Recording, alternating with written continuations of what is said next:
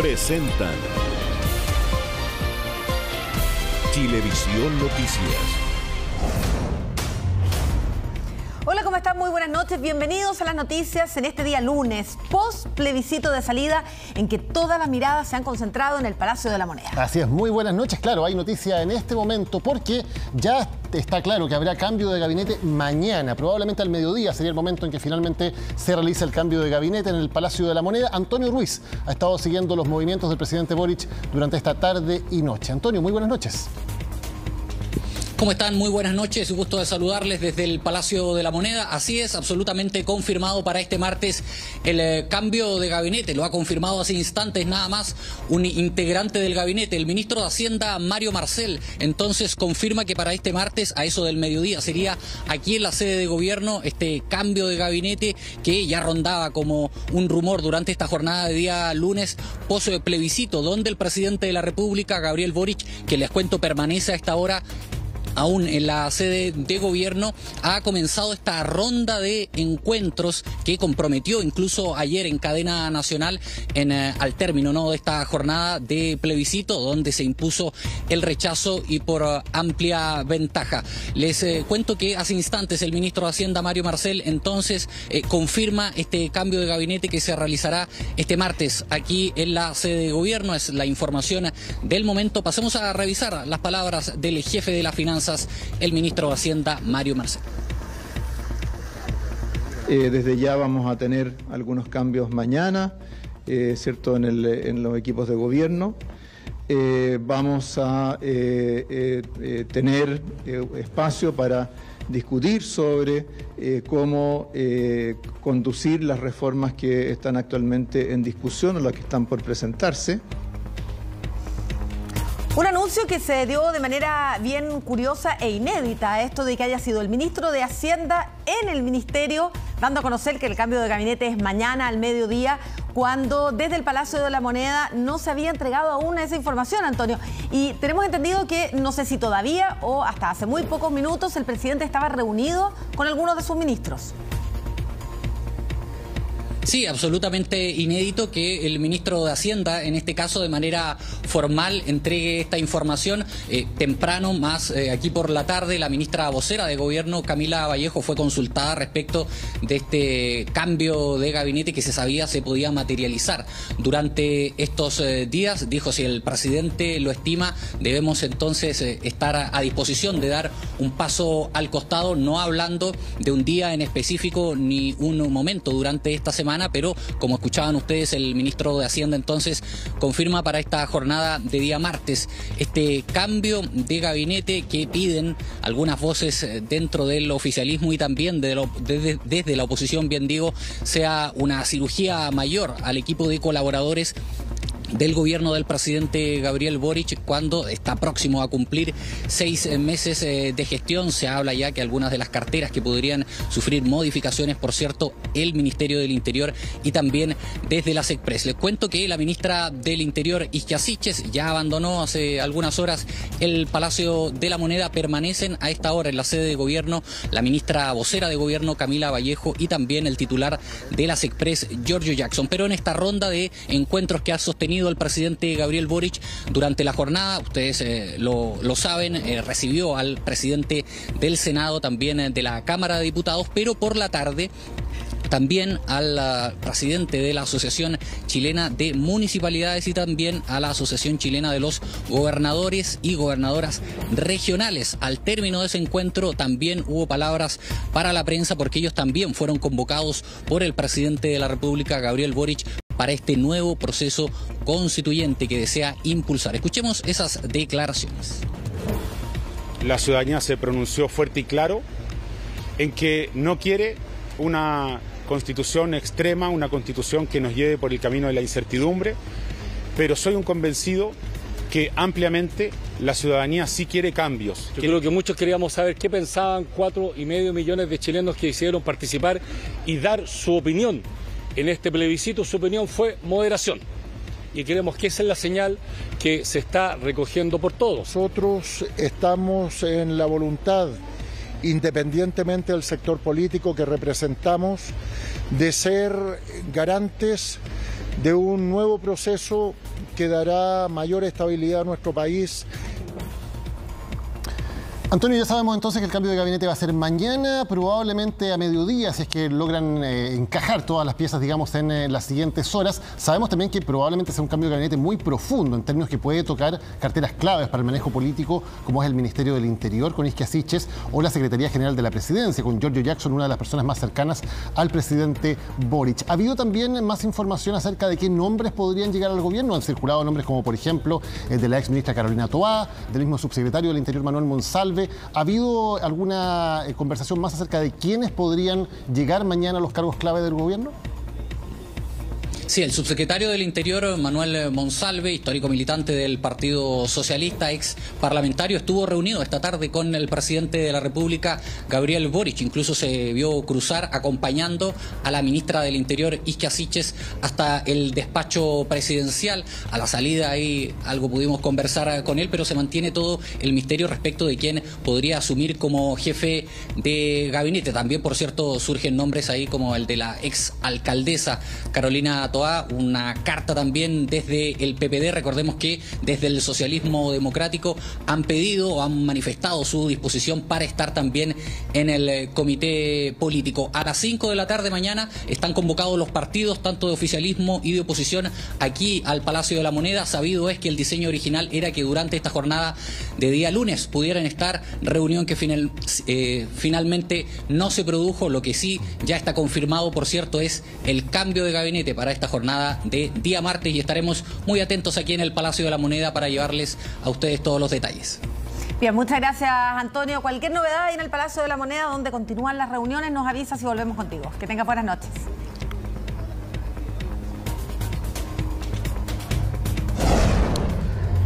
Consecuencias de lo que ocurrió ayer domingo, con el triunfo amplio del rechazo y con una votación histórica, entre otras cosas, por la masiva, nunca vista en Chile, participación de votantes. Ahí está el número total, Daniel. 13 millones de personas, 13.021.063 personas. Es algo que corresponde al 85,7% del padrón electoral. Es una altísima votación que responde a la inscripción automática y al voto obligatorio. Pero así todo, nadie nunca previó que la participación fuera tan alta. Los más optimistas anticiparon la jornada en cuanto a resultados y también en cuanto a la histórica participación. Como que mi familia hacíamos como apuesta interna, todo, cuánta gente iba a votar, y nadie se acercó mucho. Que fueron más de 13 millones de personas las que sorprendieron a todo Chile tras concurrir a las urnas este domingo. El primer indicador de que la jornada podía ser diferente eran las largas filas que inéditamente se veían ya a las 8 de la mañana. En el Liceo Nacional de Maipú ya se abrieron las puertas. Mira, en esta ocasión la gente se ha levantado temprano. ¿Influyó el voto obligatorio? Pues claro que sí, pero aún así nunca nadie imaginó que votaría el 85% del padrón. Lo que sabemos es que a lo menos 10 millones de estos 13 habían votado entre el 2017 y el 2021 alguna vez. Por lo tanto, poco más de 3 millones de electores son electores nuevos. 3 millones de electores que decidieron votar por convicción o simplemente porque era obligación, como Marco Antonio, de 56 años, o Alan, de 24. Ambos afirman fueron solo para no pagar la multa. La primera vez. ¿Por qué no habías votado antes? Porque no soy mucho de política, la verdad, no me gusta. ¿Y esta vez fuiste a votar porque era obligatorio? Claro, sí.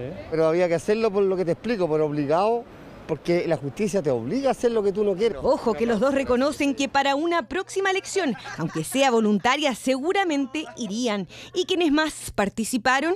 A ver, subió la tasa de participación en todos los grupos etarios, mucho más en los jóvenes, llegó al 93%, y en los jóvenes aquí menores de 35 años y al 75% en los mayores de 55. Una de las incógnitas era cuál sería el comportamiento electoral de los jóvenes, y aunque muchos apostaban a que irían por el apruebo, según un análisis elaborado por Data Science and Hoster, no fue así.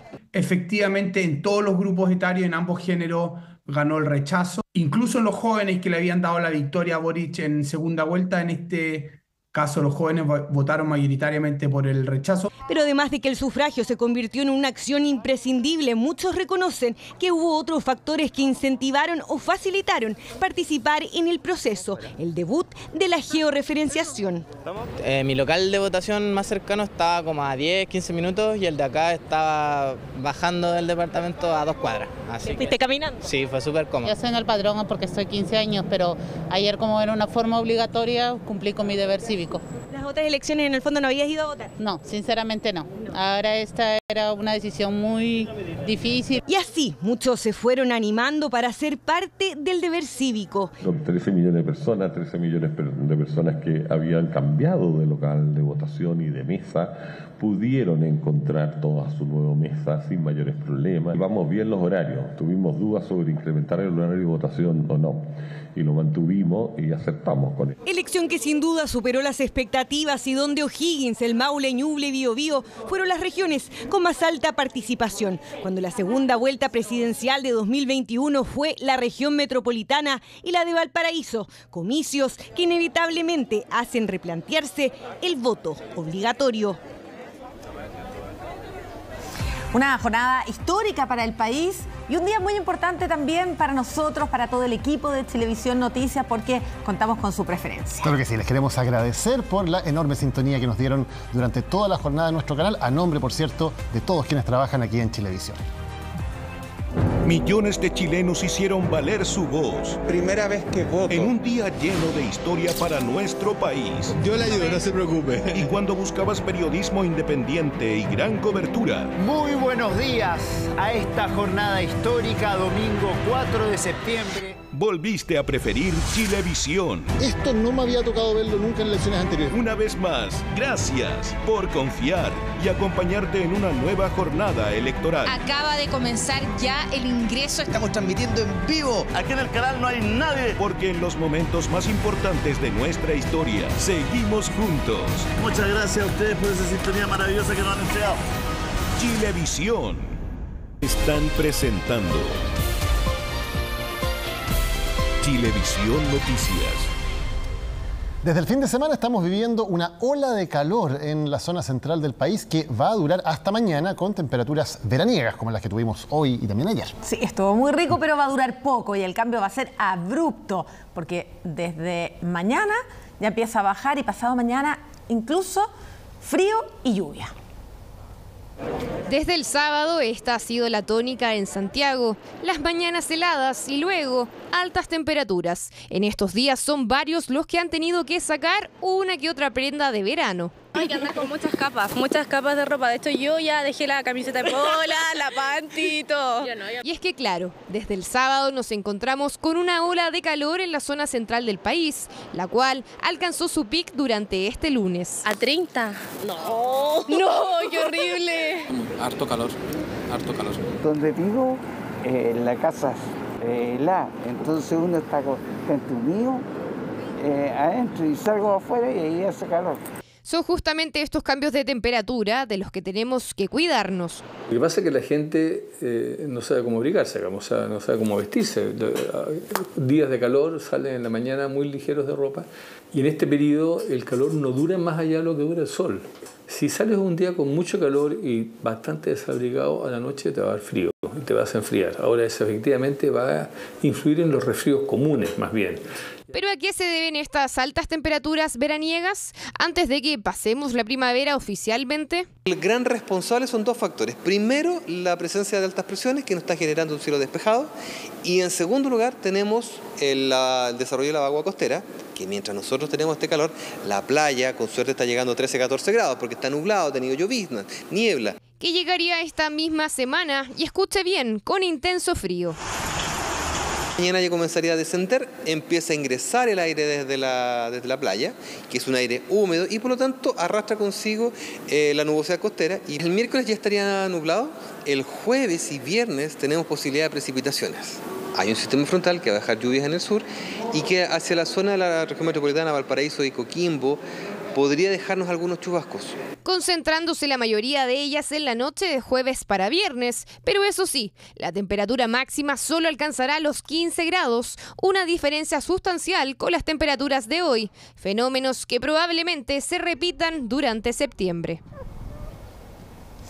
En prisión preventiva quedó un carabinero acusado de asesinar a su pareja, que recién había sido madre hace 8 días. Esto ocurrió en la región de Los Ríos. El funcionario fue formalizado por femicidio y también fue dado de baja el mismo día de su institución. Se acreditó fehacientemente el hecho el cual corresponde al delito de femicidio con arma cortante de Francesca Soledad Flores Raillanca, 40 años de edad. La causa probable de muerte de la víctima correspondería a múltiples heridas cortantes cervicales. Un caso que estremeció a toda una comunidad. Un femicidio llevado a cabo por un ahora ex carabinero que le quitó la vida a su pareja, quien además hace solo 8 días había sido madre por segunda vez. Se pudo establecer que la víctima mantenía una relación sentimental, quien según lo que la propia víctima contó a una vecina, este sería el padre del hijo menor de 9 días de vida. Y acá al final dice en móvil, posible conflicto por paternidad. Con pancartas, velas y globos, los vecinos de Futrono exigieron justicia para Francesca Flores Raillanca, de 40 años de edad. Su cuerpo fue encontrado por su primer hijo, con una serie de heridas cortopunzantes. Vamos a tener que aunar la fuerza de exigir, de pedir y de hacer lo que sea necesario para que Francesca tenga justicia y la justicia que merece. Lamentamos profundamente este hecho horroroso ocurrido en nuestra comuna, un femicidio. Nunca esperábamos que ocurriera algo así. Condenamos este hecho profundamente. Según antecedentes de la Fiscalía, el ex policía, quien tiene 23 años de edad, aprovechando y abusando de la confianza y el conocimiento de sus horarios, engaña al primer hijo de la víctima para que éste salga de la casa. Ahí la atacó. Hace que este niño salga de la casa para que la víctima se encuentre sola en el interior de esta, quien a las 20 horas asumió su servicio de guardia en la Tenencia Carabineros de Futrono, a quien informó la situación, arribando posteriormente al lugar personal policial, quien adoptó el procedimiento de rigor. Este fue en forma inmediata detenido por parte de la Policía de Investigaciones y en lo institucional se dispuso la instrucción de un sumario administrativo y que este fuera eliminado en forma inmediata de las filas de la institución. Durante el 2020 se registraron 43 femicidios. Al año siguiente hubo uno más y en lo que va de este 2022 la preocupante cifra es de 28 casos. Hemos interpuesto una querella en contra del femicida de Francesca. Y por cierto, queremos decir que acompañaremos a la familia de Francesca en todo su proceso, tanto jurídico como psicológico y social. El autor del crimen fue formalizado por femicidio, quedando con la medida cautelar de prisión preventiva. Por ahora, familia y cercanos solo exigen justicia para Francesca. Volvemos al plebiscito de ayer, hablamos de la altísima participación histórica, pero de todas formas hubo cerca de 2 millones de personas que por diferentes motivos no fueron a votar ayer. ¿Qué viene para ellos? Van a tener que pagar multa, lo vemos en esta nota. Yo me llamo Jimena Valdivia Aldunce. Yo no pude votar. Así como Jimena, hubo otros 2 millones de personas aproximadamente que no votaron en el plebiscito de salida. Bueno, es que yo hace muchos años vivía en Ancú y por la distancia y por la parte económica. Por eso más que nada me fui a excusar. Mi local de votación, mi carné, mi certificado de residencia y eso fue todo. Y sus excusas fueron aceptadas. El mismo trámite hacía esta multitud a las afueras de una comisaría en Santiago y la misma imagen se repitió en otros puntos a lo largo de todo el país. Tuvimos un registro de 501.592 constancias de personas que acudieron a nuestros cuarteles policiales, a los más de 900 cuarteles a través de todo el territorio nacional. La finalidad de todos ellos, excusarse por no sufragar. Es que este domingo quienes se encontraban a más de 200 kilómetros de distancia de su lugar de votación podían dejar constancia en Carabineros hasta las 12 de la noche. Que pertenezco al porcentaje no votante, la obligatoriedad no es buena. Prefiero pagar la multa, que son 180 lucas. ¿Extraviaste tu carnet y no pudiste sacar? Extravié mi carnet, pues lo voy a sacar y me pusieron pero. ¿Qué pasa con el resto? Existe una segunda fecha, pero no será pronto. Lo que ocurre es que actualmente los votos están a disposición del Tribunal Calificador de Elecciones, el que tendrá un plazo de 30 días a partir de este domingo para proclamar la opción ganadora formalmente. Después de eso, nosotros vamos a abrir la caja, vamos a sacar los padrones y vamos a comenzar el trabajo de identificar los que no votaron. Dura varios meses, no es fácil, son 15 millones y es manual. Cuando el CERVEL haya culminado el análisis, que puede tardar varios meses, procederá a denunciar ante los juzgados de policía local a quienes no participaron del plebiscito estando en territorio nacional. Posteriormente, los juzgados podrán citar a los denunciados y aplicar multas a beneficio municipal que van desde los 30.000 hasta los 180.000 pesos. Complicado de ver una multa. Para los tiempos que estamos viviendo hoy en día, sí.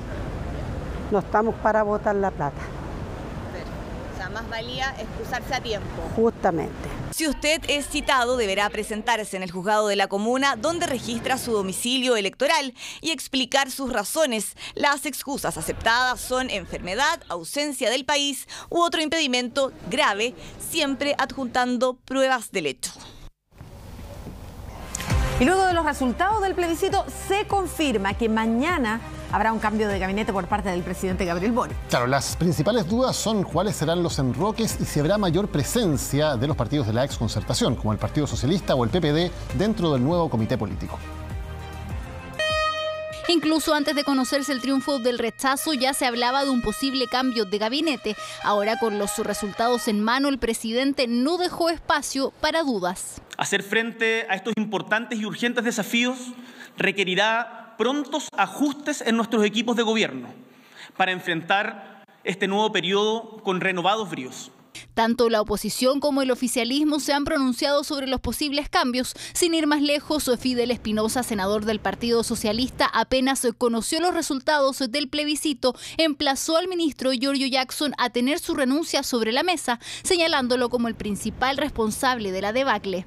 En materia de legislativa y de diálogo, no solamente con este Parlamento, sino además de cómo se construyó la propuesta constitucional, el ministro Jackson fracasó. Hasta el momento llevamos 6 meses perdidos, donde a ustedes les consta no hemos tenido la capacidad de poder hablar con alguien del gobierno. Y es una posibilidad que esta imagen no se repita, porque así como fueron los primeros en llegar con el presidente Boric a la moneda, tal vez sean los primeros en salir de sus cargos. Yo creo que en materia de seguridad la ministra Siches evidentemente fracasó. En particular, en mi calidad de presidente de la Comisión de Salud de la Cámara de Diputadas y Diputados, me parece que sería un error que la ministra del Interior actual, Isquia Siches, asumiera la cartera de salud. Aún el gobierno no da luces por dónde irían los cambios. Lo único que sí se pudo observar esta tarde en Palacio fue el rápido andar de la ministra Vallejo, la ministra Siches y el subsecretario Monsalve a la oficina del presidente, todos al mismo tiempo.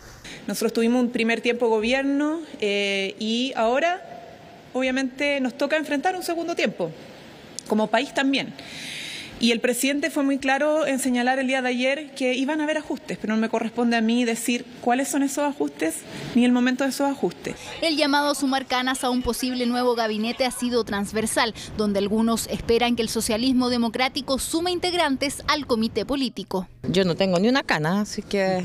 ¿Y otros que sí tengan canas, por ejemplo, que estén en otros cargos hoy? No, yo creo que son temas serios. El presidente cuenta con la confianza de todos los partidos de gobierno para hacer los ajustes que él estime pertinentes. Con el cambio de gabinete, eso es una prerrogativa del presidente. Él ya ayer algo adelantó sobre la materia. Esperamos cualquier cosa porque no es definición nuestra del presidente.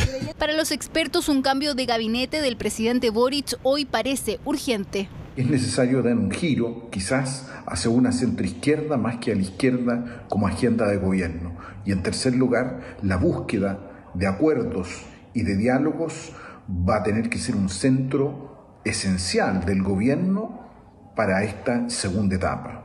Se dice que serían a lo menos 7 carteras que sufrirían cambios. Hay suspenso, se espera que el anuncio sea pronto.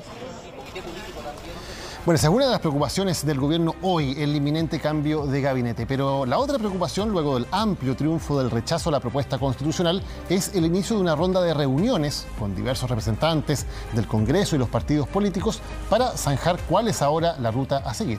Se habla de una nueva convención, aunque con características distintas a la anterior. Todo eso está siendo parte de las conversaciones. Vamos a continuar el proceso constituyente. Hemos escuchado la voluntad mayoritaria de Chile. Fue un resultado sorpresivo. El rechazo a la propuesta constitucional se impuso en el plebiscito de salida por amplio margen, obligando así a las fuerzas políticas a hacer frente a un escenario sin ruta clara. Por eso el llamado que hizo el presidente apenas se evidenció la tendencia fue a la clase política a dar certezas a la ciudadanía. Hago, por tanto, un honesto llamado a todas las fuerzas políticas a poner a Chile por delante de cualquier legítima diferencia y acordar a la brevedad los plazos y bordes de un nuevo proceso constitucional. El mandatario, una vez asumida la derrota, convocó a los presidentes de la Cámara y el Senado para establecer juntos cómo seguir el proceso constitucional. Un encuentro que se materializó este lunes. El mensaje: el presidente de la República va a convocar a los distintos partidos con representación parlamentaria, también actores de la sociedad civil, para escuchar sus puntos de vista, y nos ha pedido que en el Congreso Nacional se desarrolle un diálogo. En momentos de fragilidad política y social, la institucionalidad debe cumplir su rol de manera coordinada. El Congreso se pone a disposición del país, a disposición también del presidente.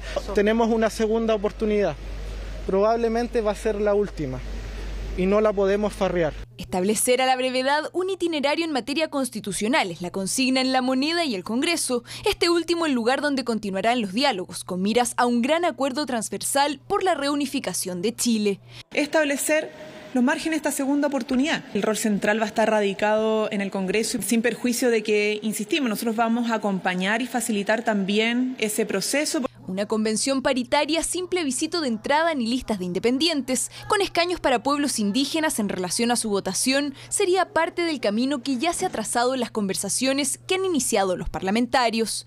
Tenemos muchas lecciones. Esa autocrítica y la crítica la vamos a hacer internamente y la vamos a dar a conocer una vez que la tengamos colegiada. Estar todos dispuestos a conversar con todos, incluso con el Partido Republicano, si es que se sienta mañana a lo que ha convocado el presidente. Es importante dar certeza en los próximos días. El rechazo venció la elección y en campaña dijo, hay un compromiso por hacer una nueva constitución. Bueno, ahora es el momento de llegar y concretar esos acuerdos. La cita en La Moneda a los presidentes de partidos quedó para este martes, convocatoria a la que Chile Vamos confirmó su asistencia entre críticas a la premura que ha mostrado el gobierno por avanzar en un nuevo proceso constituyente. ¿Alguien cree tener las respuestas hoy día como para estarse sentando con tanta prontitud a dar cursos de acción? Hoy día es el día para hacerse las preguntas. Es evidente que van a cambiar los interlocutores del gobierno con el Congreso y para poder avanzar en un diálogo tenemos que saber con quién vamos a dialogar. Tenemos que reflexionar antes de llegar a acuerdos. Si ellos no hacen una genuina y legítima reflexión en relación a la derrota, ¿cómo seguimos hacia adelante? Desde el Partido Republicano se restaron del encuentro. Reunirnos con el presidente es un acto republicano que, por cierto, no descartamos en lo absoluto. Pero hemos decidido no asistir el día de mañana, dado que nos encontramos en un proceso de reflexión y reuniones internas. Periodo de reflexión para algunos, de escucha, dice el gobierno, mientras avanza el diálogo con miras a redactar una nueva constitución. Resultados que nadie pudo prever y que algunos han calificado como un verdadero terremoto político. De todas maneras, hay mucho que analizar en estas cifras, estos números que nos dejaron ayer. Lo vamos a analizar con mapas, con gráfica y con la presencia del analista político Pepe Auta en el estudio. ¿Cómo estás, Pepe? Hola. Hola, buenas noches. Muchas gracias por acompañarnos. Partamos del punto de partida, de alguna manera, que había en este proceso, que era el plebiscito de entrada. Vamos a ver qué es lo que ocurrió en el plebiscito de entrada del año 2020, cuando hubo, como sabemos, una mayoría amplísima a favor del apruebo. Todas las regiones pintadas de azul, todas las regiones del país dijeron apruebo y un 78,31% de votos a favor. En ese momento, Pepe, ¿se podía prever que íbamos a llegar a lo que llegamos finalmente al 2022? No, pero tampoco se podía prever lo contrario. Nada garantizaba que el dar el vamos a un proceso constituyente significara automáticamente aprobar una propuesta específica de nueva constitución. Yo creo que ahí estuvo la confusión de quienes redactaron la proposición, pensando que estaba garantizado su aprobación. Exceso de confianza. Exacto. Y si seguimos viendo las elecciones que sucedieron luego del plebiscito de entrada, tuvimos muchísimas elecciones, pero quizá la más importante para el análisis es lo que fue la segunda vuelta presidencial del año 2021, donde prácticamente todo el país estuvo teñido de azul ahí para Gabriel Boric. Podemos ver que teníamos... Salvo Tarapacá. Maule, Ñuble, Araucanía y Los Ríos. Exactamente. Biobío. Y Biobío, que es ese bloque ahí del sur de nuestro país, exacto, más ahí el norte, que fueron para José Antonio Kast. Pero este resultado no se dio en el día de ayer, y si revisamos el resultado final, vamos a ver que todo el mapa ahora se tiñó de rojo, que es el color que nosotros le pusimos en nuestra gráfica al rechazo. Pero la verdad es que finalmente creo que fueron 8 comunas a lo largo de todo el país. 8 de las 345 solamente donde ganó el apruebo. ¿A qué se debe esto? ¿Has podido hacer algún análisis de factores que pudieron haber incidido? Bueno, yo sabía, lo había anticipado, que ganaba el apruebo.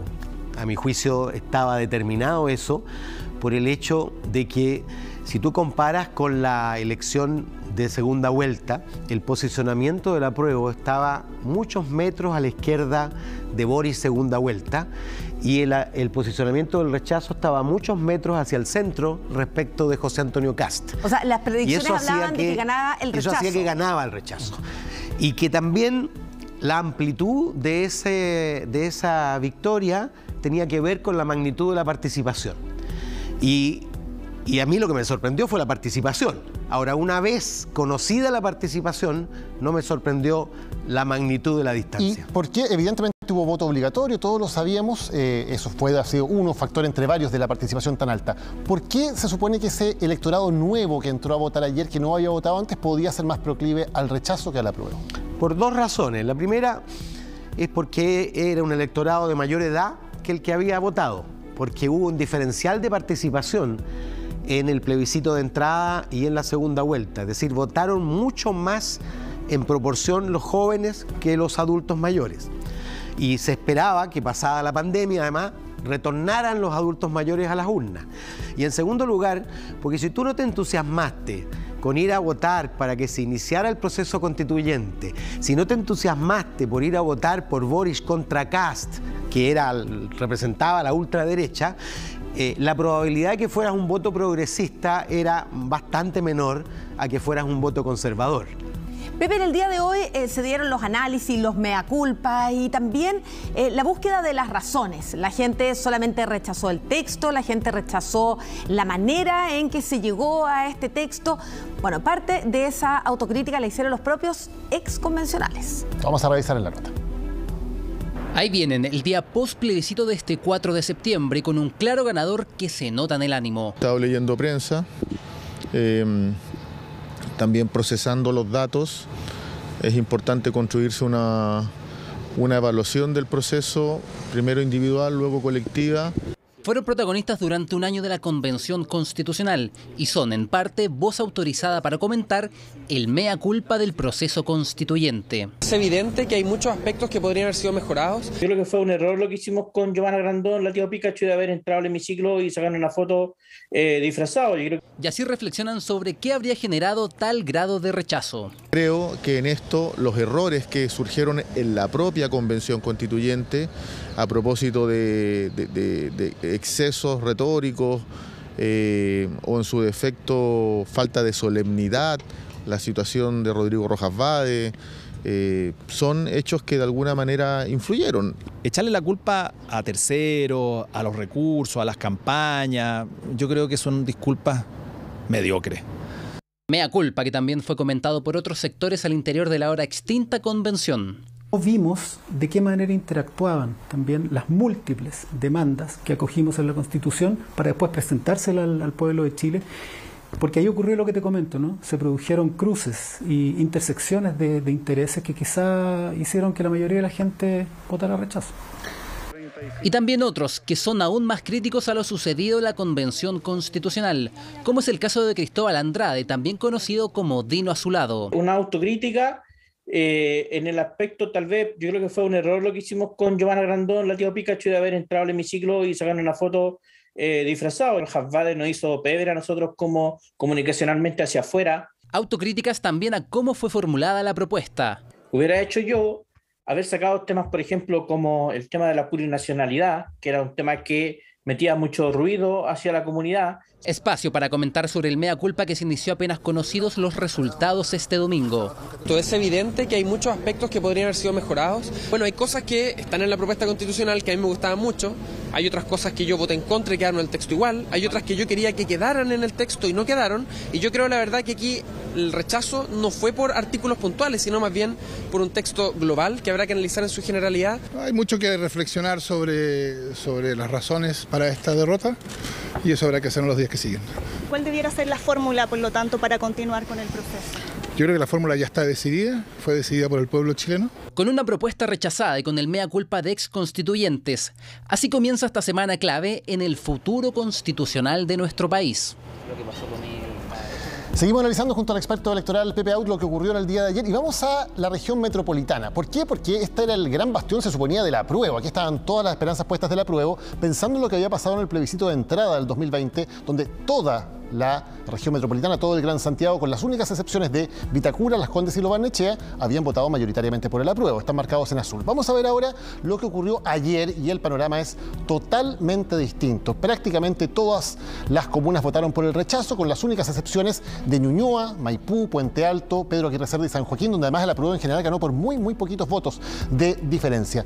¿Qué ocurrió, Pepe, en las comunas populares, en las comunas de clase media de la región metropolitana que hoy votan por el rechazo, siendo que además habían votado abrumadoramente por Gabriel Boric también en la segunda vuelta? Bueno, toda la esperanza del apruebo estaba cifrada en el extraordinario resultado que había obtenido Gabriel Boric en la segunda vuelta. 60% en la región metropolitana, 65% promedio en el cinturón popular de la región metropolitana.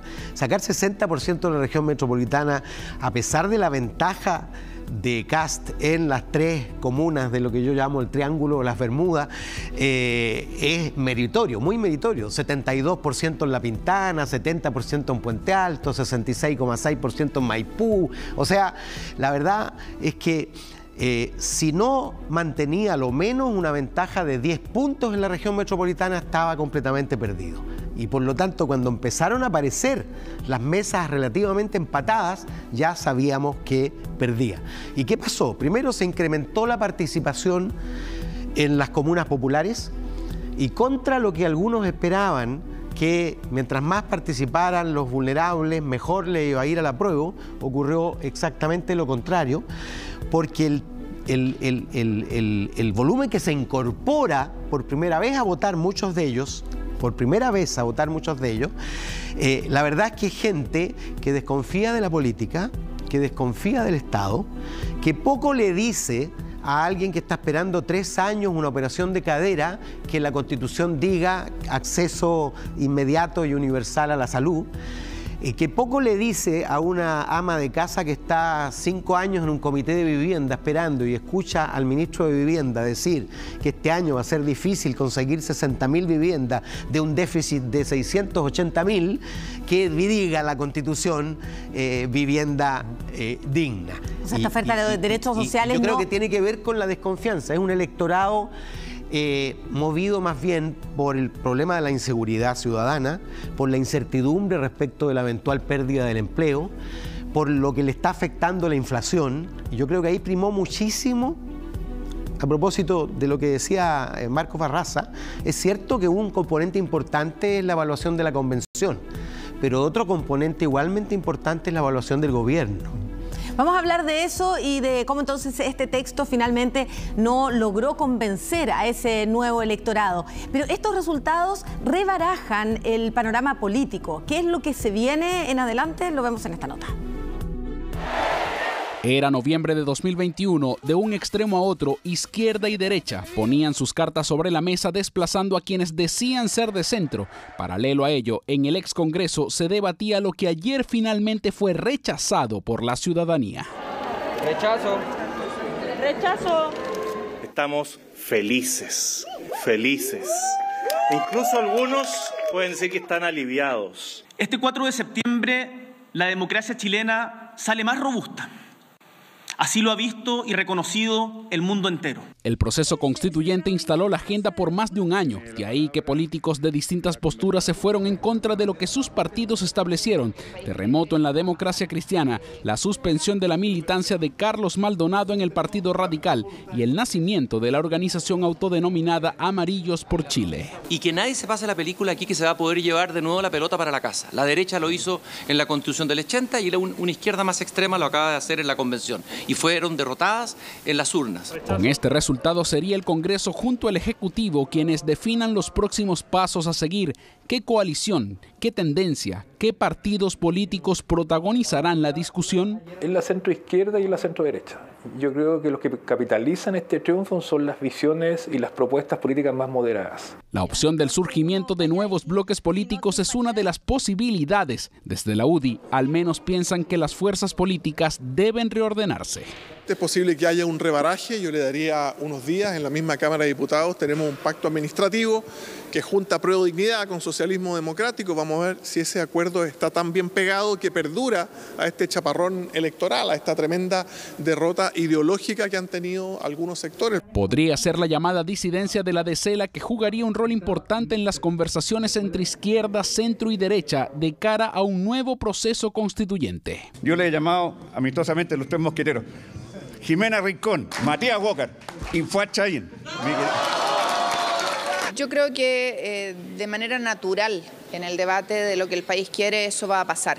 Y tenemos dos ámbitos, uno el de la nueva convención y otro el del debate legislativo de las urgencias que tiene el país. Si el gobierno nos convoca a un gran acuerdo para establecer un nuevo itinerario constitucional, bienvenido, pero aprendiendo de los errores de este proceso. También los análisis ponen en el foco la participación de otros diputados. También aparecen nuevas fuerzas políticas que en esta pasada, y a propósito del rechazo, yo creo que se han ido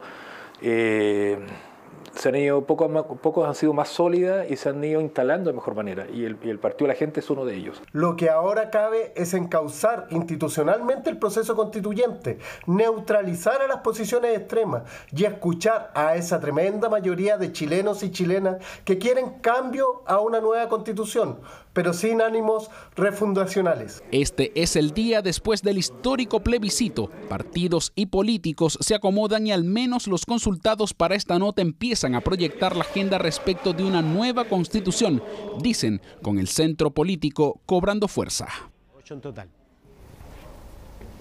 De las 5 comunas de la región metropolitana donde ganó el apruebo, hay una que es muy particular y vamos a revisar junto a Pepe Out qué es lo que ocurrió en Lo Espejo, porque la comuna de Lo Espejo era la comuna donde el presidente Gabriel Boric había sacado la más alta mayoría en la segunda vuelta presidencial con un 73% de apoyo.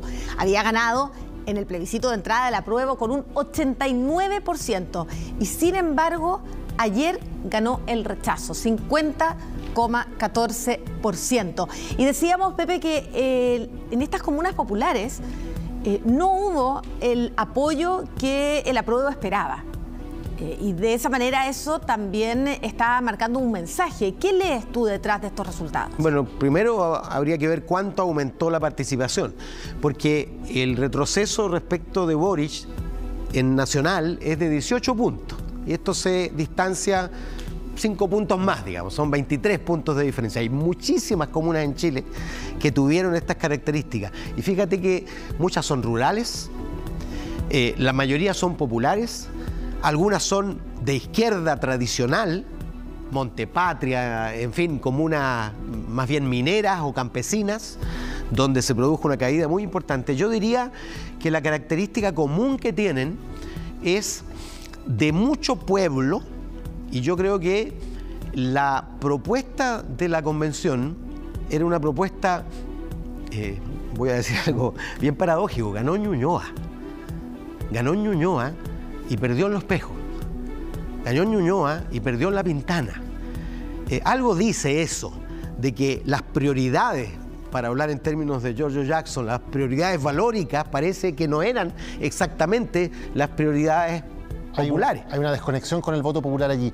¿Qué tanto importa además el voto de protesta ante el gobierno? Porque, por ejemplo, durante el gobierno del presidente Piñera perdió todas las elecciones. Todo lo que se asociaba al presidente Piñera perdió. Ahora esta es la primera elección en que está el presidente Boric y también pierde. ¿Hay una especie de voto protesta a quien sea que aparezca como cercano al poder o que aparezca como cercano al gobierno que esté de turno? Por supuesto. Ahora lo que llama la atención es que sea tan temprano ese voto protesta y se explica eso porque Gabriel Boric es la persona que se convierte en presidente con menos apoyo propio a su programa de la historia de Chile. Nunca alguien por quien había votado solo el 25,8%, Allende, que fue un gobierno de minoría, sacó 37% de los votos, imagínate, 25,8%. Y el apoyo que consiguió en segunda era frágil y provisorio. Esta era una oportunidad de transformarlo en un apoyo permanente, pero la propuesta de la convención no le jugó a su favor. Les propongo y los invito a que vayamos a ver justamente una nota que habla de cómo quedó el mapa electoral de la región metropolitana. 19 de diciembre de 2021 y la euforia invadía las calles por el triunfo arrasador de Gabriel Boric en las elecciones presidenciales. Algunas comunas celebraban más que otras, una de ellas La Pintana, quien elegía al mandatario con un 72% de respaldo. Y un año antes, en 2020, el 88% de la población de La Pintana votaba por el apruebo, pero este año la cosa cambió. Voy a consultarle si usted fue a votar ayer. Estoy triste, muy triste, porque perdimos. La aprobó. Imagínate cómo estamos al lado. La tristeza de Óscar es compartida por varios vecinos, pero no por la mayoría. Eso porque la comuna de La Pintana en la situación electoral dio un giro en 180 grados. ¿Y fueron a votar ayer? Sí, votamos por rechazo. ¿Están contentos entonces? Sí, porque tenía que ganar. Fui a votar y voté por el rechazo. ¿Por qué? Porque no apruebo la ley que quieren que todo lo de la salud sea como forma universal. Y pese a que la propia alcaldesa Claudia Pizarro se puso la camiseta por aprobar una nueva constitución, al parecer sus esfuerzos no fueron suficientes para convencer a los vecinos de su comuna. De hecho, la jefa comunal reaccionó a través de sus redes sociales, señalando que no es primera derrota que sufre y felicitó a los ganadores. Es que independiente a lo que diga la alcaldesa, la gente, o sea, si la gente pensó que no les convenía, que no iban a llegar a nada, o sea, que iba a ser peor para el país. Y es que los resultados sorprendieron a muchos. Mientras en La Pintana el rechazo se impuso con un 53,58%, Recoleta seguía la misma tendencia, apoyando al rechazo en un 51,93%. En Santiago el rechazo llegó al 53,71% y en la Florida, por una mínima diferencia, el rechazo ganó con un 50,07%. Ha sido sorprendente. Hay que tener cuidado, sí, con la embriaguez de la victoria. Hace poco estuvimos al borde del precipicio con mucho miedo. Hoy día los chilenos nos han dado una segunda oportunidad. Mientras el apruebo solo se impuso en 5 de las 34 comunas del Gran Santiago: Pedro Aguirre Cerda, San Joaquín, Puente Alto, Ñuñoa y Maipú. ¿Usted iba por el apruebo? Obviamente que iba por el apruebo para algunos beneficios que necesitamos, como el agua. ¿No la convenció mucho la propuesta? No. Entonces me imagino que con esta respuesta usted votó por la preferencia que ganó. Sí. ¿De rechazo? Sí. Los márgenes fueron estrechos. Por ejemplo, el 51,15% del electorado maipucino aprobó. En Puente Alto lo hizo el 50,97%. La verdad que la votación en Puente Alto es una votación histórica. Nunca habían participado en un proceso eleccionario tantas personas. Cuando usted observa, en realidad lo que hubo fue un crecimiento impresionante de la opción rechazo. Yo creo que los que estábamos en la calle todos los días éramos conscientes de que había una propuesta de texto que no convencía a las grandes mayorías, como fue el plebiscito de entrada. Ahora bien, yo creo que la distancia de los resultados nos sorprendieron a todos. Otra comuna que también vio cambios fue Recoleta, rechazando en un 51,93%. Aquí el alcalde Daniel Jadwe también reaccionó a través de redes sociales, señalando que el proceso constituyente debe seguir su camino con una propuesta que le haga sentido a las mayorías. Y es que el escenario superó las expectativas, incluso las de las encuestas, un amplio y evidente contraste con los procesos eleccionarios que Chile enfrentó durante los últimos 2 años. Hubo lugares simbólicos también que concentraban mucho la atención. Vamos a ver, por ejemplo, lo que pasó en Petorca, una comuna muy simbólica porque sabemos que allí se ha concentrado el problema del agua y precisamente el texto de la nueva Constitución, uno de sus puntos relevantes, tenía que ver con el agua. Y aquí también ganó el rechazo con el 56,11%. Pasó algo similar, Pepe, por ejemplo, en comunas con alta población indígena, donde también hubo una mayoría clara por el rechazo.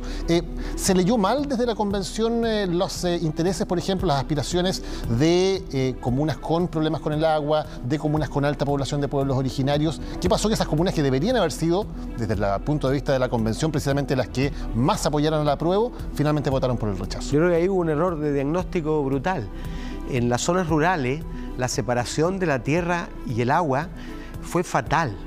Eso es lo que explica una votación rural, independientemente del pasado, comunas de izquierda, de centro, de derecha, desde Illapel, o las comunas del Maule o en el Ñuble, en fin, la idea al pequeño propietario de tierra de que no iba a poder heredar la tierra junto con el agua a su familia o venderlo eventualmente junto con el agua, hizo estragos. ¿Y en los pueblos originarios? Y los pueblos originarios yo creo que es la demostración más palmaria, más expresiva del abismo entre la nueva élite progresista y el electorado que aspira a representar. Porque lo evidente es que si en Collipulli sacó 80% y en Lumaco, imagínate, en Lumaco, 82% del rechazo, significa entonces que era la última de las prioridades, la plurinacionalidad, las autonomías, con autogobierno y lo demás.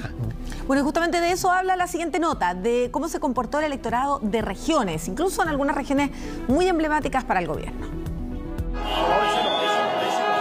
Las celebraciones por el rechazo no solo se concentraron en la región metropolitana.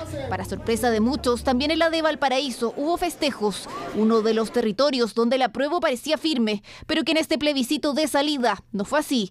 El rechazo se impuso con un 57,61% de los votos. Ahora vienen los análisis. Hay muchas cosas que no me gustaron a mí en el borrador de la Constitución. ¿Usted está contenta por el resultado? Sí, estoy contenta. Ojalá Dios quiera que sea todo para mejor nomás, nada más que eso. Decisión ciudadana que llama la atención de expertos electorales, considerando que casi un 60% de los votantes de la región apoyaron a Gabriel Boric en la segunda vuelta presidencial. Así celebraron en diciembre de 2021, mientras que en el plebiscito de entrada un 80% votó apruebo. Pero, ¿qué pasó ahora? El rechazo es legítimo ganador, ya que desde mi perspectiva logra a través de distintos mecanismos conectar con el sentido común de millones de chilenos y chilenas. Conectaron en definitiva exitosamente con sus temores.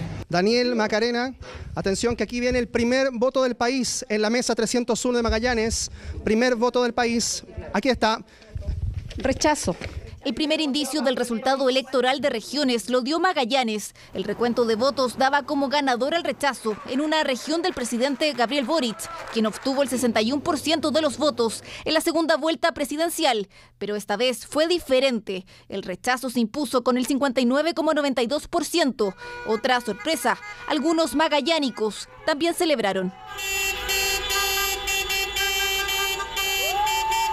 Súper bien, contento, feliz nomás. Creo que lo más probable igual que se escriba una nueva constitución, pero con gente que sepa, con gente profesional. Y esa fue la tónica en todas las regiones del país.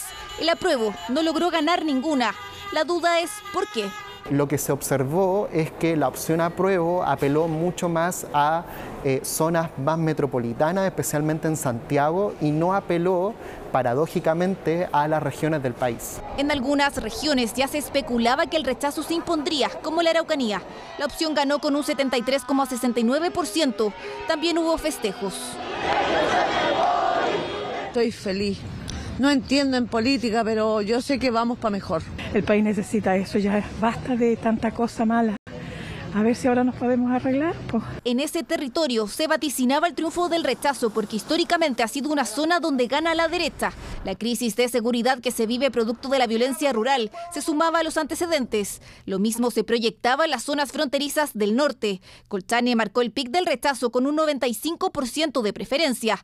Así, las regiones dijeron no a la propuesta de nueva constitución.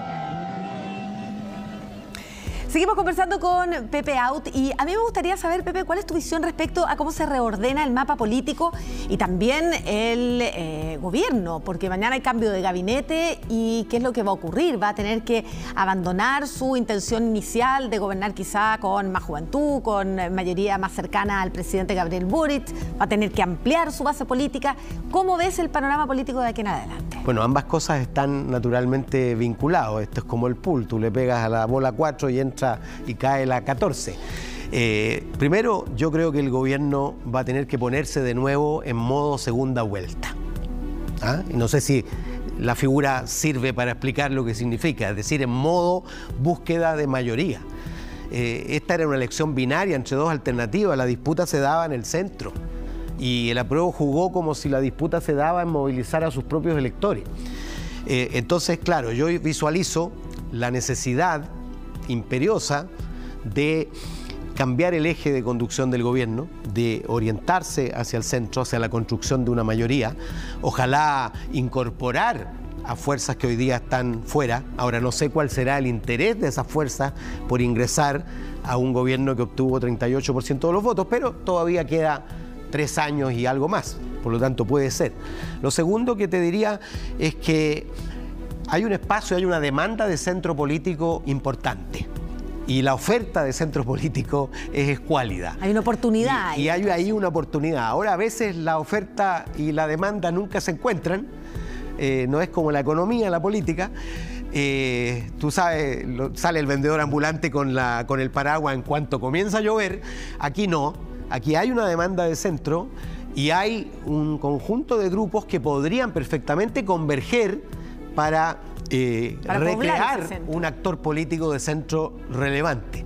Pero tienen los días contados porque las oportunidades, las ventanas se abren por un tiempo y luego se cierran. Y eso es lo que está pasando precisamente en estos días tan agitados en la política. Pepe Out, muchas gracias por habernos acompañado. Gracias a ustedes. Gracias y que tengas buenas noches. Y vamos a revisar nuestro sitio web en chbnoticias.cl. Pueden revivir lo mejor de la jornada del plebiscito de salida. También nuestro programa de análisis La Decisión de Chile anoche, donde hubo varios adelantos, entre ellos que mañana, por ejemplo, martes va a ser la reunión con los partidos políticos y también que hay bastante consenso en términos de una nueva convención electa con paridad. Todo lo que ha pasado también durante la jornada de hoy, el cambio de gabinete que esperamos para mañana y toda la cobertura noticiosa en nuestro sitio web chbnoticias.cl. Y después del triunfo del rechazo por una amplia mayoría, se comienzan a despejar las dudas sobre el panorama económico también en el país. Hoy el día comenzó con el dólar con una brusca caída y después se recuperó, pero los expertos están viendo con optimismo y el mercado ya está anticipando una baja en la inflación en los próximos meses. Hoy era un día más, un día donde hubo que volver a levantarse temprano y trabajar, pero siendo honestos, en realidad no fue cualquier día. Más de 13 millones de sufragios a lo largo de todo el país, pero hay un ítem que recién comienza a tener un poco más de certezas. La incertidumbre hace mal, así que ojalá que con los resultados de ayer, las distintas partes políticas cumplan las cosas que prometieron de lograr un acuerdo, porque la verdad es que está todo muy caro y está súper difícil para todo el mundo. Sin lugar a dudas, si hacemos una lista de todos los hechos que provocaban o provocan incertidumbre en nuestra economía, fácilmente podríamos anotar más de 4. Una de ellas era el plebiscito de salida. Una incertidumbre menos. Entonces la pregunta que hay que hacerse es, ¿cómo amaneció nuestro país económicamente hablando? Amaneció bastante más tranquilo. El rechazo fue una noticia favorable para la economía en general. Y la mejor representación de esto fue el precio del dólar. Este lunes a las 8 de la mañana el billete verde estaba a 840 pesos, pero finalmente terminó cerrando en 880. Yo creo que va a estar entre 800 y 850, no va a volver a los 900. Si hubiese ganado la prueba, ¿cómo hubiésemos estado hoy día? Hubiéramos estado con un dólar arriba de los 900 pesos. Junto con el triunfo del rechazo, también se sumó el alza de 6 puntos de la bolsa. Buenas señales respecto a la tranquilidad que necesitan los mercados para desarrollarse en nuestro país. Pero, ¿qué pasa con la economía del hogar? Esperemos que mejore porque está complicado todo. Esperemos que sea mejor, porque de eso se trató el rechazo, ¿no? Una buena parte de los bienes que consumimos son transables, o sea, se importan o se podrían exportar. Entonces vamos a tener menos inflación, eso no cabe duda. Y eso es lo que se espera durante los próximos meses, una inflación que vaya a la baja, pero eso no significa que sean tiempos fáciles. La situación que se viene por delante es compleja, o sea, vamos a tener una contracción económica en estos 4 meses que quedan del año. Por lo tanto, hay situaciones que no van a cambiar hoy, independiente haya ganado el rechazo. Así, y entre ellas la inflación. Lo importante es que la buena reacción que hoy tuvo el mercado se mantenga en el tiempo, pero algunos ya predicen cómo será el escenario luego de estas votaciones. La economía va a tener como una especie de repunte, un poco ficticio, y luego se va a mantener más o menos estable por un ratito más hasta que haya un nuevo escenario, quizás de alguna votación o algo que lo haga estar también más fluctuante. Al menos durante la primera jornada post-plebiscito tuvimos buenas noticias en lo económico. El optimismo en el mercado está presente. Hablemos ahora, Daniel, de las encuestas y de cómo muchas de ellas podían predecir el resultado, pero no la amplia diferencia que hubo entre el rechazo y el apruebo. Claro, ha sido hoy un día de evaluaciones también en las encuestas, porque la mayoría de ellos efectivamente decían que iba a ganar el rechazo, pero por diferencias muchísimo menores a los 24 puntos que finalmente hubo. ¿En qué acertaron? ¿En qué se equivocaron? Lo vemos en la nota. Fueron meses de apuestas, de conversaciones en la mesa, de escuchar encuestas para finalmente tener un ganador. La opción rechazo ganó por más del 25% de diferencia, un porcentaje que sorprendió, ya que en promedio los sondeos de prácticamente todas las encuestas daban una distancia de 10 puntos. CADEM hizo más de 30 encuestas sobre este plebiscito y desde la primera semana de abril hasta unos días antes de la elección, en 23 encuestas consecutivas el rechazo obtuvo una diferencia que era estadísticamente significativa, en un promedio que incluso superaba los 10 puntos. Todas las encuestas mostraban que mientras más aumentara la participación, eso hacía que la brecha entre el rechazo y el apruebo fuera en aumento. En la población total estimamos 59 puntos para el rechazo y 41 puntos para el apruebo, pero en el intervalo superior de ese dato puntualmente estimado, nosotros estimamos 61 puntos. Por tanto, quedamos muy conformes con el ejercicio. En Pulso Ciudadano destacan cómo en las últimas semanas la opción del rechazo sumaba porcentaje. En su última encuesta antes de iniciar el periodo de prohibición de informar sondeos, destacó que el 45,8% de los consultados aseguró que votaría por el rechazo, pero en las últimas semanas las cifras se movieron. Cuando tú miras todas las encuestas, ves que en todas hay una variación entre un 10 y un 15% de personas que no te declaran sus preferencias. Y lo que probablemente ocurrió que esas personas, frente a, ¿no es cierto?, a una acción probablemente muy intensiva, muy tendió a recoger o no manifestar lo que creía o por lo que votaba. El pasado jueves se dio el cierre formal a las campañas de cara al plebiscito. La diferencia en cuanto a la masividad fue notoria, lo que podía levantar sospechas acerca de lo que las encuestas habían mencionado. Si uno ve la composición de una muestra, una encuesta telefónica, tiene mucha mayor proporción de gente con nivel de educación superior que la población general. Y también ve que tiene una porción más alta de personas interesadas en política, ¿no? Entonces vemos que capturan en general a gente que es más interesada en política o que tiende más a ir a votar. Contrarios a las encuestas, otros dieron por ganador al apruebo. Se trata del estudio matemático de espacio político, que usó interacciones en Internet con filtros de exclusividad para el apruebo y el rechazo. A partir de datos masivos obtenidos de las tendencias de Google, acá la opción apruebo ganaba con un 55%. ¿Qué pasó? Era parte de un error que nosotros cometimos en la medición, porque lo que hicimos fue medir las campañas y no la exploración por las opciones de voto. El factor de definición del voto se produjo antes del 4 de julio principalmente. Esta polémica, siempre surge esta polémica. Lo importante es que de abril todas las encuestas manifestaron y mostraron, ¿no es cierto?, que el rechazo era mayor que la prueba. En mayor o menor medida, pero la mayoría de las encuestas sí lo hicieron. Pero las tradicionales encuestas desde abril en su mayoría marcaron la tendencia al rechazo. El tema está en que nadie pensó que la diferencia sería tan grande. 10 personas encapuchadas llegaron armadas en un vehículo robado hasta esta tienda de tecnología. Esto ocurrió en la comuna de Las Condes. Intimidaron ahí a los trabajadores y robaron cerca de 100 millones de pesos en especies. La PDI quedó a cargo de la investigación para esclarecer este asalto, que no es primera vez que ocurre en la misma tienda.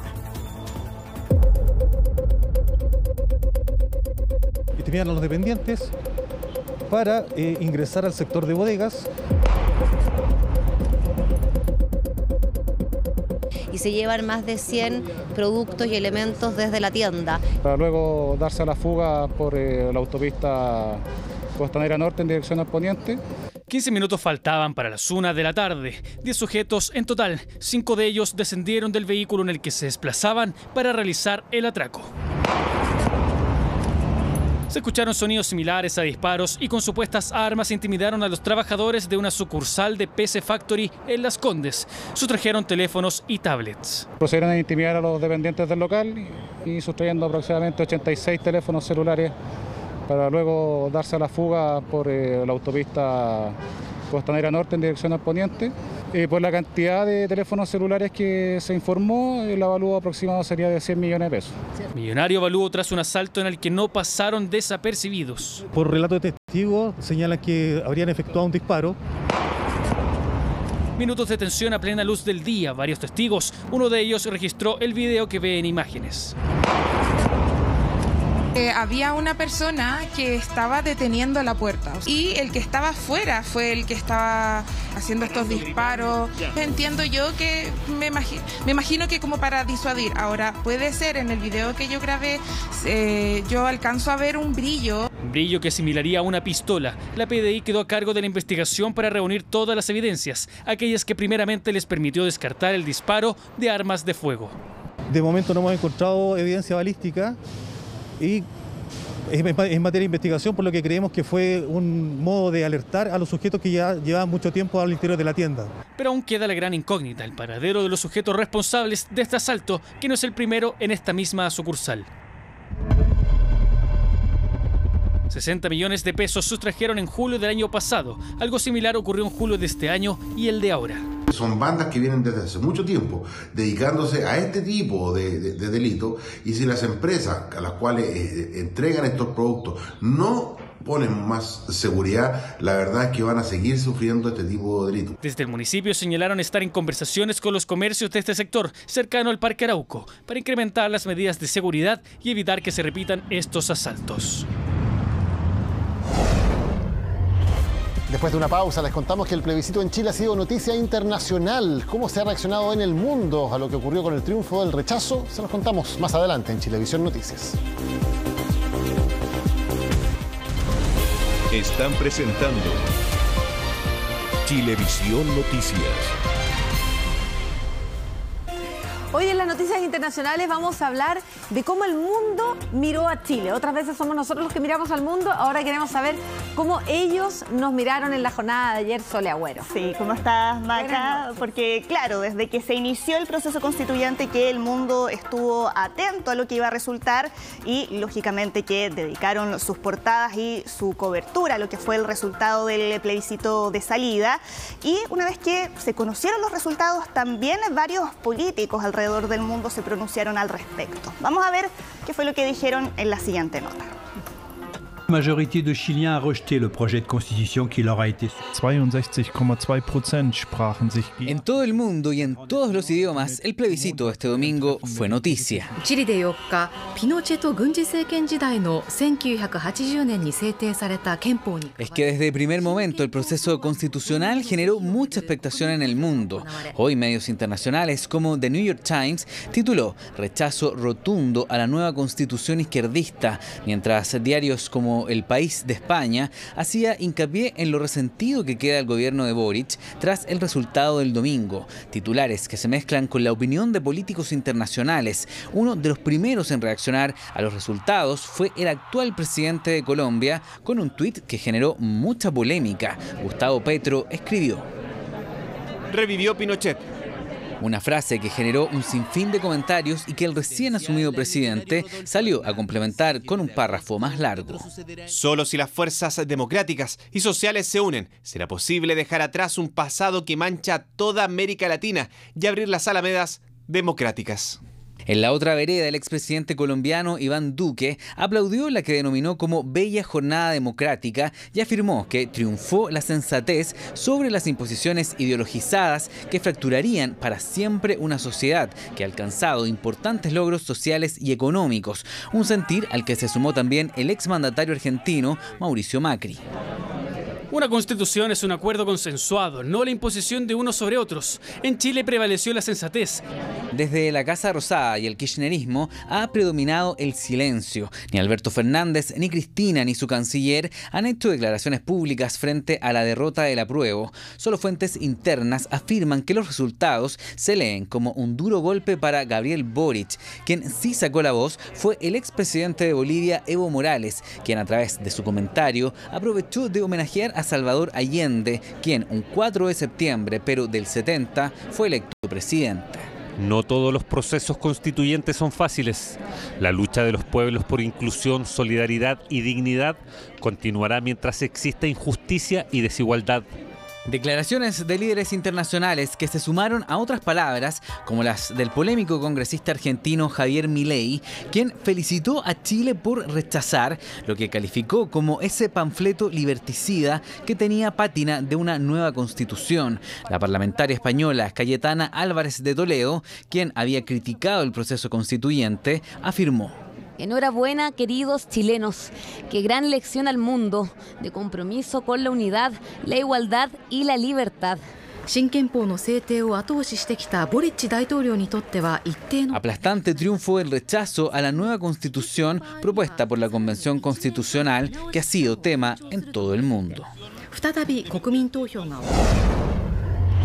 Bueno, y en Reino Unido también estaban expectantes por otro resultado electoral, pero esta vez de una elección interna, de la elección dentro del Partido Conservador, y que dejó a Liz Truss como la nueva primera ministra de Reino Unido en reemplazo de Boris Johnson. Ella era canciller de Boris Johnson y venció a quien estamos viendo en imágenes, Rishi Sunak, exministro de Finanzas, uno de los primeros en renunciar en la última crisis que afectó al gobierno de Boris Johnson y que derivó en su renuncia. Hasta yo les decía que es una elección interna en la que participaron los 180.000 miembros del Partido Conservador que pagan sus cuotas, pero a Liz Truss no le va a tocar fácil porque se va a enfrentar a la amenaza de recesión, la crisis energética, el alza en el costo de la vida. Está prometiendo además recortes de impuestos en un contexto además de guerra en Europa. Claro, una elección interna, pero que tiene consecuencias nacionales por el sistema político inglés. Ella es quien queda a la cabeza del gobierno, es la nueva primera ministra y tiene que ser la reina, me contabas, la que haga el cambio de mando. Claro, y ahí va a viajar mañana Boris Johnson a Escocia, a Balmoral, donde se encuentra la reina Isabel ahora de vacaciones. Ahí le va a presentar ante la reina su renuncia oficialmente y después Isabel II le va a pedir a Liz Truss que forme gobierno y ahí se va a convertir de manera oficial en la tercera primera ministra de la historia de Reino Unido. Sigamos con Argentina porque hay novedades en la investigación del intento de ataque contra la vicepresidenta Cristina Fernández de Kirchner. Ahí estamos viendo el registro de las cámaras de seguridad que muestra el momento en que la policía detiene a la novia de Fernando Sadag Montiel, el autor de ese ataque, y la policía ahora sospecha que ella también estuvo involucrada en este intento de asesinato. Por lo tanto, la justicia ya empieza a descartar la teoría de que él actuó.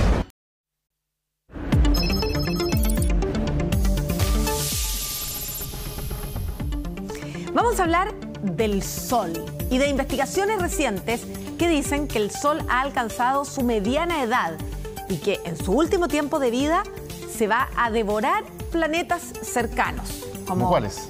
Mercurio, Venus y esta parte es la terrible, también la Tierra. Ya, pero no hay que preocuparse tanto, esta sección se llama Chilevisión Futuro. Esto es realmente muy a futuro, esto va a ocurrir recién en unos 5.000 millones de años más. Tres planetas, la Tierra, Venus, Mercurio, todos en un futuro podrían desaparecer devorados por el Sol. Pocas veces lo vimos en invierno, pero ya comenzará a calentar los días de primavera. ¿Se ha preguntado cuántos años lleva ahí y cuánto tiempo le quedará? Un estudio de la Agencia Espacial Europea reveló que nuestra estrella ha entrado en su edad media con unos 4.570 millones de años. Al Sol le quedarían otros 5.000 millones de años, en la que estará ya en su última etapa de vida y donde la Tierra, Venus y Mercurio serían devorados por el mismo Sol, que cambiaría notablemente su tamaño y color. Mire este ejemplo. Para hacernos una idea de los cambios que sufre una estrella como el Sol, podemos tomar el tamaño del Sol y comprimirlo al tamaño de una moneda de 100 pesos. Si hacemos ese ejercicio, en 4.500 millones de años más en el futuro, el Sol va a crecer a este tamaño, transformándose en una gigante roja. Luego de ese proceso, va a comprimirse hasta transformarse en una estrella de la rama horizontal o una gigante amarilla que va a tener ese tamaño. Pero luego de eso, el tamaño que va a alcanzar es increíblemente grande. Para el tamaño de una moneda de 100 pesos, va a crecer a un diámetro de más de 5 metros. Y esta es la etapa final de vida del Sol, cuando sea una supergigante roja. Y crece porque la manera de generar energía al interior del Sol cambia. Se acaba la fuente de energía y se pone más compacto el Sol y vienen otro tipo de procesos nucleares. Y esos, como es tan chiquitito, está todo mucho más apretado que hoy en el centro del Sol, generan más energía y hacen que el Sol se expanda. Es como que de repente se acaba la energía, el Sol como que no sabe mucho qué hacer, después de un tiempo empieza a generar más energía y ¡pum!, sale todo volando un poquito. Y al expandirse se enfría y por eso se pone rojo. Y al expandirse también influye sobre la órbita de los planetas cercanos, como la Tierra. La temperatura en la superficie del Sol, donde vamos a estar nosotros en aquella época, van a ser como 3.000 grados. 3.000 grados centígrados. Y con 3.000 grados, digamos, todo se evapora. Y la Tierra no se da ni cuenta, está dando vueltas por ahí, de repente el Sol, de repente estamos dentro. El Sol crece hasta la órbita de la Tierra. Dentro de ese radio de influencia terminan siendo absorbidos por la estrella en crecimiento, pasando ya a formar parte ahora de la estrella en sí. Lo que tenemos que tener claro es que en 4.500 a 5.000 millones de años en el futuro, nuestro sistema solar va a ser completamente distinto a como lo conocemos hoy. Pero tiempo falta y demasiado, tanto que seguramente la humanidad no experimentará esto y el Sol de una potente estrella quedará reducido a una pequeña enana blanca. Hoy está desatada la carrera por uno de los puestos más codiciados de Chile, el de conservador de bienes raíces de Santiago. Es un cargo vitalicio y con un sueldo multimillonario. Y todo esto mientras en el mundo político se debate respecto a posibles reformas para modernizar esta institución que existe desde 1857. El reportaje es de Mauricio Huentenao e Ignacio Guerra.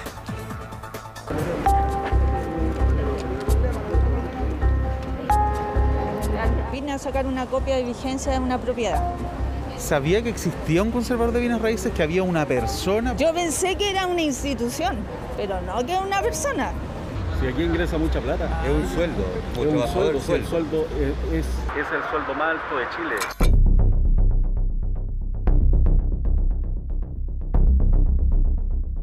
Actualmente en esta oficina, ubicada en pleno Santiago Centro, se encuentra el conservador de bienes raíces, una unidad que tiene bajo su jurisdicción a 26 comunas de la capital.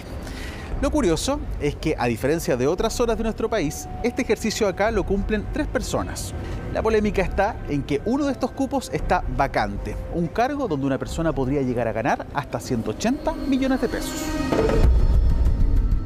Ningún presidente de la República le interesa hoy día, por decreto, con su firma, generar un nuevo rico, generar un privilegio de esta envergadura. ¿Usted es verdad que recibe los conservadores cerca de 100 millones de pesos mensuales? No es verdad. Imagínate que un tipo gane 180 millones de pesos por por tener solamente las escrituras. Más decepción todavía, mucha más decepción.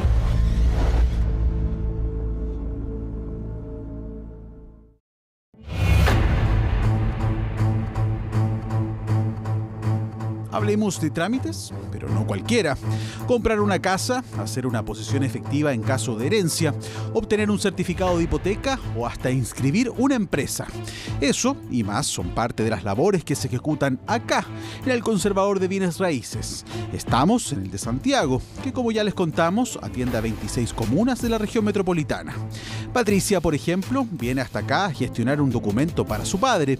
Reconoce que no viene muy a menudo por esta oficina, razón por la que asume no sabe muy bien cómo funciona la administración de este servicio. Claro que había una persona a cargo, como todo, como un ministro, como un subsecretario, una cosa así, pero una persona, no. Asumo mi ignorancia. Pero Patricia quizás no es la única que piensa que esta oficina está a cargo del Estado. Eso es lo primero que aclararemos. ¿Son los conservadores de bienes raíces empleados públicos? Son auxiliares de la Administración de Justicia y por lo tanto tienen una estructura dentro del Código Orgánico de Tribunales, están vinculados al Poder Judicial. El Poder Judicial es el que propone los nombres, el presidente de la República es el que finalmente designa. Están sujetos a fiscalización y control por parte de los tribunales de justicia, pero desde el punto de vista de su naturaleza son privados, ¿no? O sea, es una persona que, teniendo un nombramiento público, ejerce una función pública, pero como persona natural. Es decir, que cada conservador de nuestro país va a tributar como persona natural, conforme a los ingresos de su empresa, o sea, todo lo que recaude mensualmente el conservador de bienes raíces. Actualmente no está regulado cuánto deben ganar. Solo el decreto exento 588 del Ministerio de Justicia norma los aranceles máximos que pueden cobrar, aunque figura más bien como una referencia, dado los precios que muchas veces los usuarios nos informan. Según datos oficiales, en Chile ejercen cerca de 101 conservadores repartidos en las 15 regiones del territorio nacional. Mientras más extensa es su jurisdicción, más es su ganancia. El Conservador de Santiago tiene 500 trabajadores, que son las personas que trabajan en las distintas ocupaciones que tiene ahí. Todos ellos están actualmente dirigidos por los dos conservadores oficiales. El primero es Kamel Saquiel Saror, uno de los dueños de este edificio y encargado del registro de prohibiciones e interdicciones de enajenar, seguido por Luis Maldonado Croqueviel, quien lleva el registro de propiedad y comercio. Y por último, hasta agosto del 2021, ejercía Edmundo Rojas García, conservador de hipotecas y gravámenes. Tras su muerte, asumió de manera interina el notario Francisco Leiva. A excepción de este último, los otros dos conservadores oficiales pueden ejercer su cargo en forma vitalicia. Los conservadores han estado regulados siempre junto al Poder Judicial, entonces era una medida general que existía en el Código Orgánico de Tribunales, que así como los jueces no tenían extensión de edad, los conservadores y los notarios tampoco. Eso hasta mayo de 1995, fecha en que se limitó la edad máxima en que estos cargos pueden ser ejercidos. Así aparece la Ley 19.390. Los auxiliares de la Administración de Justicia permanecerán en sus cargos hasta cumplir los 75 años de edad. ¿Pero qué pasó con aquellos conservadores que ejercían el cargo antes de esa fecha? Se señaló que las personas que a esa fecha se encontraban sirviendo un cargo continuaban hasta que decidieran renunciar o fallecieran. Entonces, actualmente en torno a 20 tienen este régimen especial. En simple, ejercer hasta que la vida se lo permita. Uno de ellos es Luis Maldonado Croqueviel, tiene 77 años y es quien ejecuta el cargo de conservador desde 1998. Tratamos de contactarlo para una entrevista, así como también a otros conservadores, pero se negaron a recibirnos. Solo por medio de un video publicado por el Poder Judicial podemos conocer parte de sus labores. Lo más caro que me ha tocado acá en el Conservador acá en Santiago fue la inscripción de la diputada de Las Condes, de la minera de la diputada de Las Condes, que el valor era 1.250 millones de dólares, que había que hacerla en un día. Esa inscripción tenía que hacerse en un día, porque ingresaban los 1.250 millones a través de un banco y ese mismo día tenían que salir de Chile. Y teníamos todo hecho, todo preparado. Y el valor de esa inscripción fue 258.000 pesos, que ese es el tope que tenemos. Ya que hablamos de ingresos, cabe preguntar ¿a cuánto ascendería sus honorarios? Sería justo y necesario seguramente preguntárselo al mismo, pero como ya les contamos, ninguno de los dos conservadores de Santiago accedieron a una entrevista. Aunque, revisando nuestros archivos, comprobamos que hace más de una década esta duda ya estaba presente y nuestro canal tuvo la posibilidad de preguntarle directamente a Maldonado sobre su sueldo y algo más. ¿Usted es verdad que recibe los conservadores cerca de 100 millones de pesos mensuales? No es verdad. ¿No? ¿Por qué es un gran mito urbano? No, porque si pagamos 40% de impuestos no lo recibimos. Entonces gana 60 millones de pesos mensuales. Es un buen sueldo. Claro, es un excelente sueldo. Que puede ser un excelente sueldo. Mire, a veces puede haber tocado un ingreso así, pero no siempre. 60 millones de pesos mensuales. Eso no existe. ¿Pero cuánto ese promedio que no existe? ¿Pero cuánto gana usted promedio mensual al año? No sé, tendría que sumar. Bueno, este año va a ser harto menos. Promedio de los últimos 10 años que lleva este cargo. No sé, pues. Pero no hablemos de plata. Si plata, fíjate, ¿sabe por qué? Es mal visto hablar de plata. No es mal visto cuando se trata de transparencia. Es muy bien visto. Yo te he reconocido que los ingresos son grandes. Ingresos que por ser privados, los conservadores no están obligados por ley a transparentar. No todos ganan lo mismo. Según personas entendidas en la materia, alguien en este cargo, por ejemplo, en Santiago, puede ganar hasta la suma de 180 millones de pesos mensuales, cifra que lidera la lista de sueldos más altos en Chile, superando incluso a la remuneración del propio presidente de la República, quien es precisamente el que tiene el poder de nombrarlo. Esto tiene que ver mucho con el pituto que le llamamos nosotros, tiene que ver mucho con eso, porque no cualquiera, aquí no vaya a encontrar nunca una persona que no tenga renombre como conservador de bienes raíces. Una de las familias más prolíficas es la de los Maldonado, hijos del fallecido expresidente de la Corte Suprema, Luis Maldonado. La actual fiscal de ese tribunal es Mónica Maldonado Croqueviel.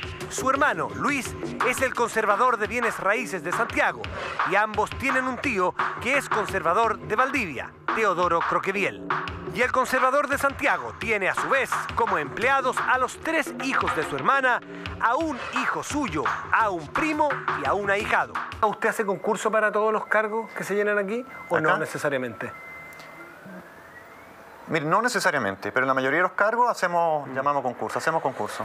Postulan, hacen el lobby respecto a la Corte, pero al final pasan siendo ellos los mismos. Hoy día hay un conservador acá, interino, que es notario conservador.